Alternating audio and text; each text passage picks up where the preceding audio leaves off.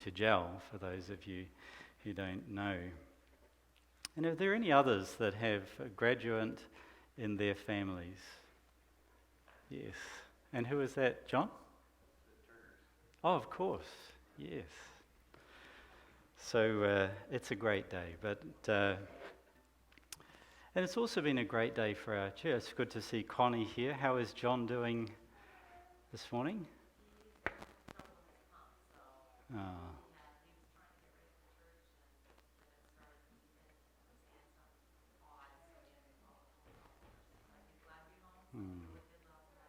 Good. We'll know that his fellowship is praying for him. You know, as many of you know, I've spent quite a bit of time in Saudi Arabia since 2003. Take yourself back to 2003 and think about me going to Saudi Arabia. Operation Iraqi Freedom had just begun earlier that year. If you remember the toppling of the statue of Saddam Hussein, remember that? It's hard to think that's 13 years ago. Remember the now infamous talk, the mission accomplished speech by President Bush. This was the background to my first trip to Saudi Arabia. It was a fascinating time. It was an interesting time. It was a sense of danger, a sense of interest, that this was somewhere different, this was somewhere interesting. And over the subsequent 8 years that it took to find Osama bin Laden, Saudi Arabia was a country on edge, fighting for its very life with Al-Qaeda. Now, my experience in Saudi Arabia has really helped me to understand the rest of the world, because you realize that the Middle East is central to how the world is. It comes up in so many dimensions of our life. But more interestingly, Saudi Arabia has helped me understand the Bible better. It's a strange thing to say. Alister just said that Saudi Arabia helped him understand the Bible better. I remember one Sabbath afternoon I was clambering down in one of the wadis just on the outskirts of Riyadh, just climbing among the rocks and the clefts of the rocks and the caves. And suddenly it just came to me. I was there with David and Jonathan, climbing around in those rocks, and I just started singing, "He hideth my soul in the cleft of the rock." And I got it. I understood what was going on there. And I think about our girls and Angela and I standing on Mount Nebo like Moses, looking out over the promised land and just realizing what it was like for that group of people, for Moses thinking that he was not going to experience the promised land as he had hoped. He was going to experience something better. I travelled with Professor Larry Garrity to a place that is now considered by a lot of people to be a more accurate location for Mount Sinai. It's up in northwestern Saudi Arabia. It's if you've been to the Sinai Peninsula, pardon me if I'm bursting anyone's bubble, but the idea of millions of people wandering around on the Sinai Peninsula, it's like they did that for the first week. What did they do for the rest? It's kind of small. It's kind of logical that they went back to where Moses' father-in-law was from and wandered around there. So I remember we travelled all through the day, because there's all sorts of guards around that area, because the Saudis don't like Christians going to that area because it's very interesting. And we travelled all day up through these wadis and came up the opposite direction to where the roadblocks are. We clambered underneath the barbed wire fences and actually looked at all of these piles of rocks that have all of these hieroglyphics of pictures of ancient pictures of cows. And they think that's where the golden calf was. Who knows whether it was or not? But again, you're standing there thinking about what actually happened in the Bible. And when I read in Matthew 25, and it talks about separating the sheep from the goats, it's absurd, really, isn't it? I mean, you know what a sheep is, you know what a goat is. In your first reader as a child, you know what a sheep is and what a goat is. How hard is that? Until you get to the Middle East and you realize they're indistinguishable. You really can't tell them apart. And you start to understand what God was talking about in separating the sheep from the goats. You know, when I think about royalty in the Bible, you know, I've always thought of the kings and queens in the Bible as something like Queen Elizabeth II or the Queen of Denmark, somebody that's kind of like a classy great aunt. You know, just dresses nicely, has a sense of decorum about them, and goes around cutting ribbons for the opening of buildings. It wasn't like that. And to understand the Saudi royal family is to understand what royalty was like in a tribal Semitic environment.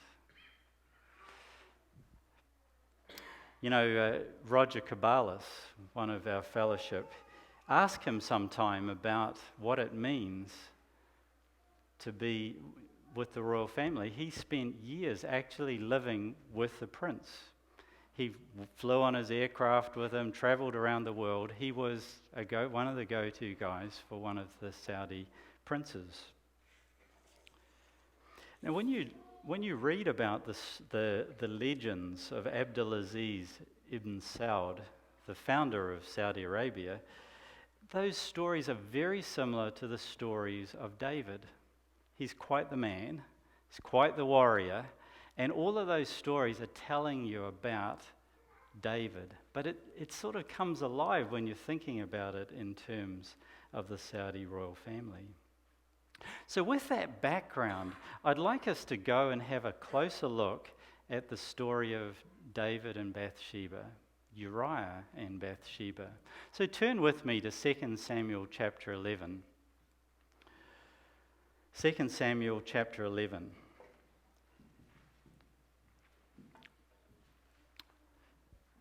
You know, I'm going to use my phone because it takes up less space up here and I can get around it a little bit faster. 2 Samuel chapter 11. You know, I was preaching recently in Saudi Arabia, and one of the elders announced that it would be no longer allowed for anyone to use an electronic device. You had to use a paper Bible. And I was just about to get up to preach, and I thought, oops.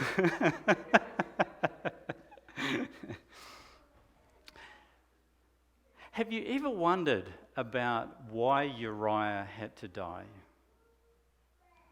If you had to think of a more honourable, moral, decent, loving person, you couldn't think of someone better than Uriah, could you?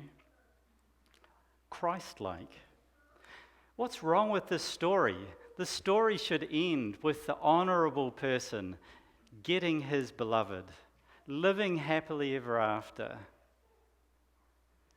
The evil person is meant to be revealed for who they really are. And when we read 2 Samuel chapter 11, our heart just rejects this story. This cannot be how it ends. Surely not. Why did Uriah have to die? Let's have a look at verse 1. And it came to pass, after the year was expired, at the time when kings go forth to battle, that David sent Joab and his servants with him, and all Israel, and they destroyed the children of Ammon, and besieged Rabbah.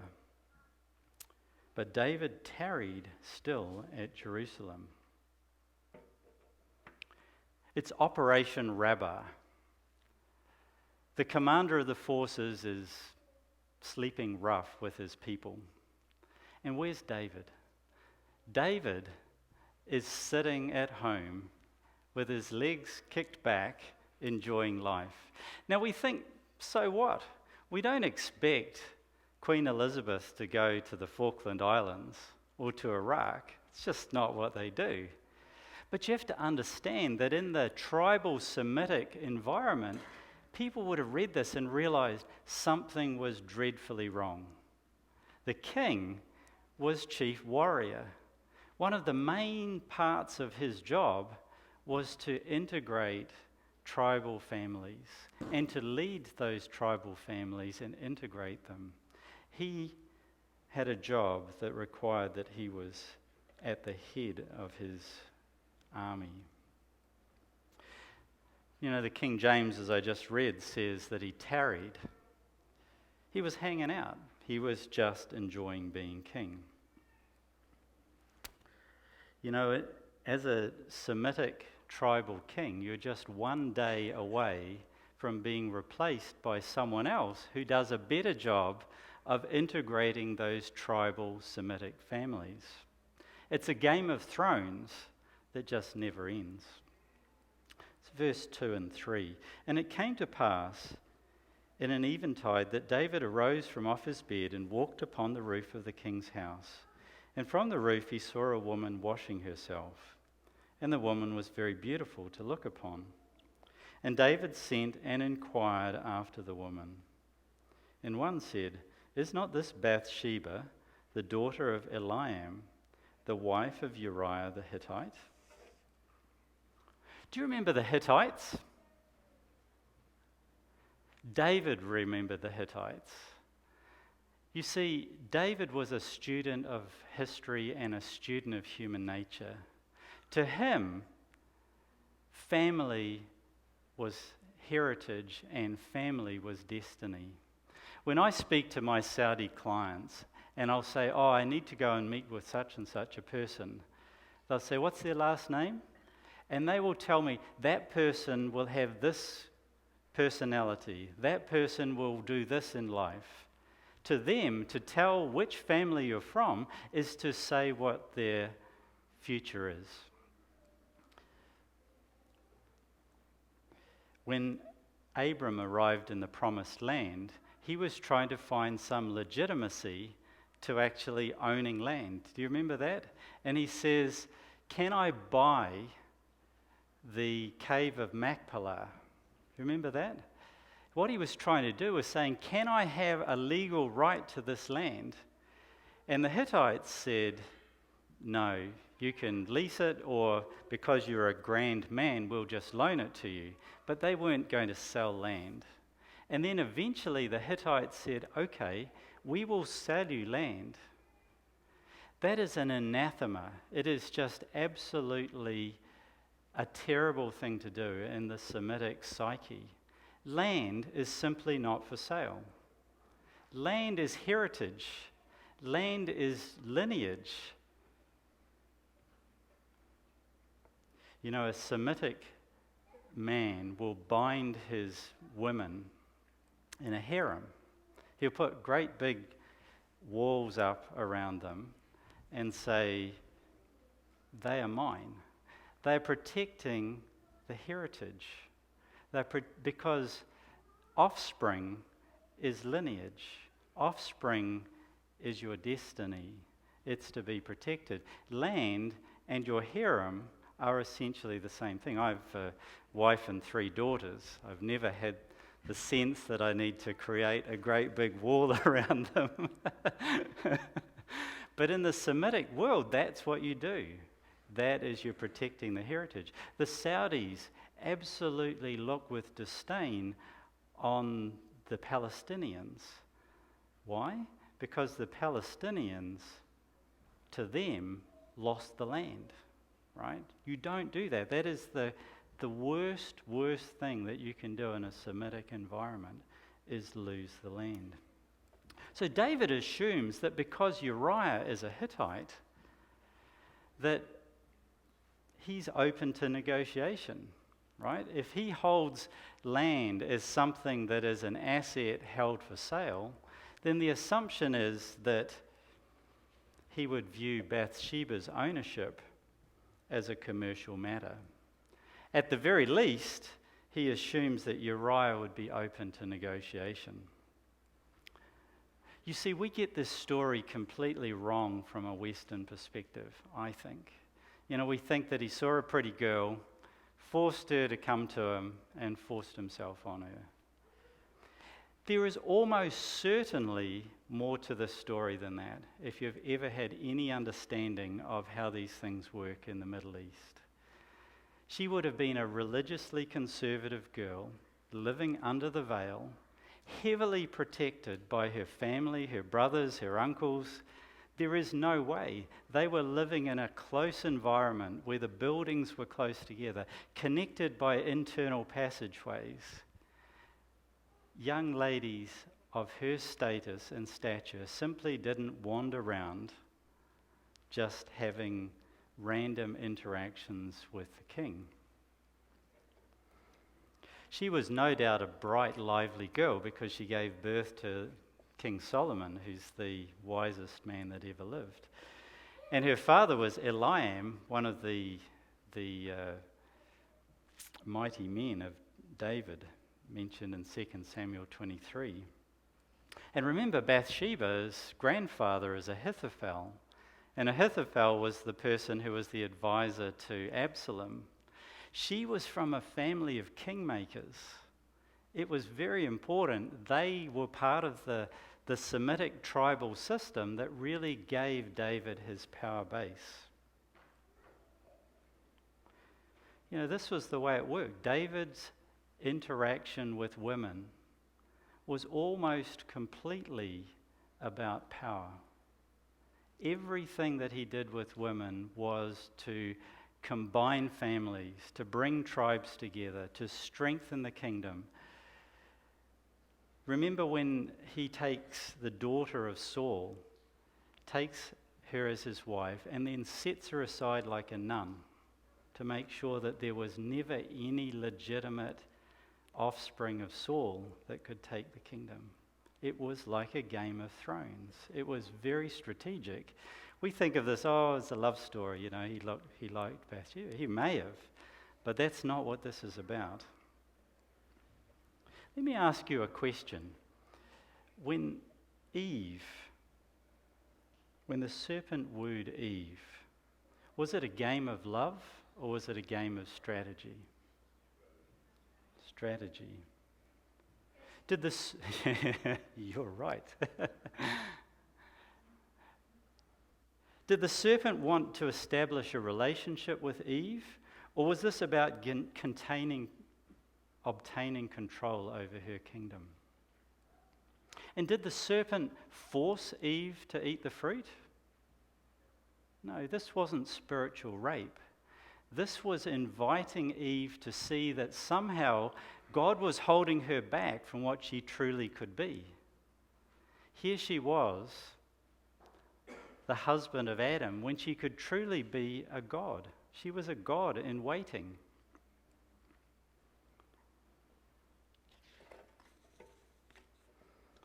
Bathsheba was a prominent young lady, and here she was, married to a Hittite who is dead 37th last on the list of 37 mighty men in 2 Samuel 23, when she could in fact be queen. Now verse 5, let's jump down to verse 5.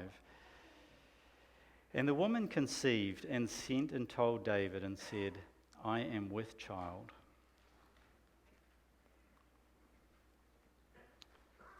Now, she's expecting a child. She can reach out either way, right? She can reach out to her husband or she can reach out to David. But she knows which way this is heading. So she reaches out to the king, the father of her unborn child, a child who is a prince and could one day be king of Israel. At this point in the story, Bathsheba's affections will be won over by one or other man, David or Uriah, on the basis of character. Which is worthy of her love and devotion? We know that Uriah truly loved his wife, Because if you remember in 2 Samuel 12, when Nathan is talking about David, he says there was a man who had a pet lamb, and he held the lamb close to his chest. He loved Bathsheba. The one thing in his life, his sole treasured possession, was his little ewe lamb.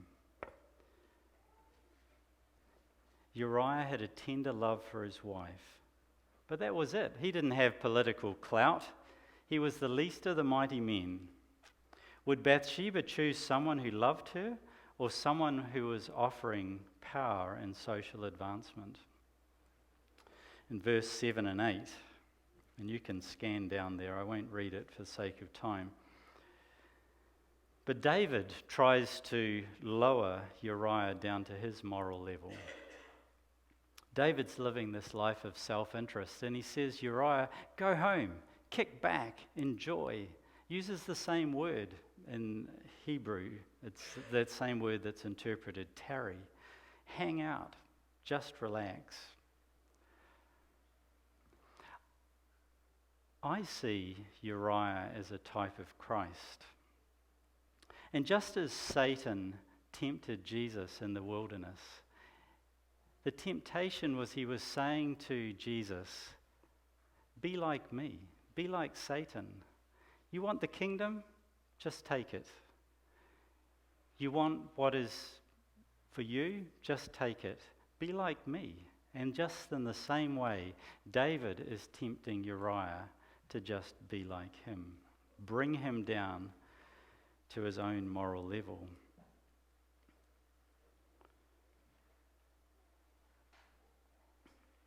But just like Jesus remained true to his perfect character, so too Uriah remains true to his character. And then David gets Uriah drunk and tries repeatedly to entice him to kick back. But Uriah continues to reveal the beauty of his character. Verse 11, beautiful verse. And Uriah said unto David, the ark and Israel and Judah abide in tents, and my lord Joab and the servants of my lord are encamped in the open fields. Shall I then go into mine house and eat and to drink and to lie with my wife? As thou livest, and as thy soul liveth, I will not do this thing. Then when David's efforts have failed, he sends Uriah walking to his death, betrayed by everyone who should have protected him. Joab, his commander, should have stood up for one of his men. But what does he do? He amorally just follows instructions. David, the protector of his flock, should have stood up for Uriah. But here he is, like Hamlet's Rosencrantz and Guildenstern, carrying his own death sentence with him, walking silently to his death. All three people Uriah would have died for: David, Joab, and Bathsheba. None of them told him, you are about to die. Yet Uriah is betrayed by his own, and he never says a word. Sometime read Isaiah 53 in the context of the story of Uriah the Hittite, and understand when it says, he was afflicted, yet he opened not his mouth. He is brought as a lamb to the slaughter, and as a sheep before her shearers is dumb, so he opened not his mouth. Uriah almost certainly knew what was going on. Consider for a moment that Uriah surmised the instructions in the letter he carried. As the husband of the king's love interest, he must have known that his days were numbered. Certainly when we think back to Isaac and Abraham, they certainly understood that if Pharaoh took an interest in their wife, they were likely to get killed. But with every determined step towards Operation Rubber, Uriah is thinking about how this will all play out. He can save himself by going to David and making an agreement. We're reasonable men. Let's come to an agreement. I live, maybe you promote me from number 37 to something somewhere higher up the list, and you can have my woman. David would certainly make it worthwhile. He made it worthwhile for Joab, who seemed to be David's dirty tricks department. So he could certainly make it worthwhile for Uriah to just look the other way. Surely the two men, David and Uriah, could come to some mutually beneficial compromise. Did Bathsheba really mean that much to him that he was willing to die? Surely not. There are other girls in Israel. Cut loose. Don't go down with this ship. But Uriah loves Bathsheba. A thought fixes itself in Uriah's mind and compels him to take each step that brings him closer to death. There's only one way to win the affections of his wife. There's only one way to knit his wife's heart to his is in honourable, virtuous, silent death. Perhaps in death, his wife's affections will be knit to his in a way that he could never do in life. Perhaps his beloved will perceive the difference in characters between his honourable character and the murderous intent of David. Perhaps in Bathsheba's mind, Uriah will vindicate the nobility of servanthood as opposed to the nobility as the world sees it. And so it was. Uriah never wavered and went to his death. And we can only surmise how Bathsheba thought about her husband for the rest of her life. An honourable character worthy of her devotion. Let's come back to our original question. Why did Uriah have to die? Uriah died because of the sin of others. His integrity made it impossible for evil men to coexist with him. But not because Uriah couldn't stand being around those evil men, but those evil men couldn't stand being around Uriah. He was an indictment to their character.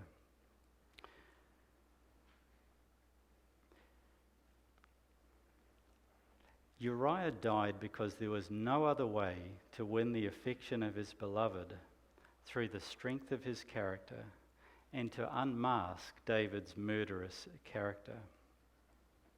Let me tell you another story briefly in closing. The God of this universe had his beloved stolen from him by an enemy. This enemy wasn't interested in relationship, just in maintaining control of the universe. The whole universe looked on to see how the story would end. Would God look after number one? He created all things. He could cut loose. He could create again. Or would he seek the affection of his beloved regardless of the cost? Would he unmask the enemy's true murderous intent by silently, virtuously, and honourably walking to a death orchestrated by the enemy? In death, would he knit his beloved's heart, you and me, to his through his silent, virtuous, noble death? Could he unmask Satan's murderous character? Could he show that he indeed valued his beloved more than life itself? He would. He did. With every step towards the cross, he did. Why did Jesus have to die? because it was the only way to show that he loves us more than life itself. There was no other way to demonstrate the power and the beauty of his character in counterpoint to the murderous character of the usurper. Does this story resonate with you? You know, my wife has been saying the whole world, history is a story. Everything points to the one story that matters, God's desire for his betrothed. You know, from a young age, you've probably heard that Jesus died that we might live. I believe that. But there has to be so much more to the story, mustn't there? I hope that today, in looking at this love story, in the Semitic tribal story of Uriah and Bathsheba, that we get a little bit more of a picture of why Jesus had to die. It's relational, not transactional. And any time we look at Jesus' death and our life as transactional, we're missing the point. As we remember Christ's death today, will you let this love story knit your heart to Christ's like never before?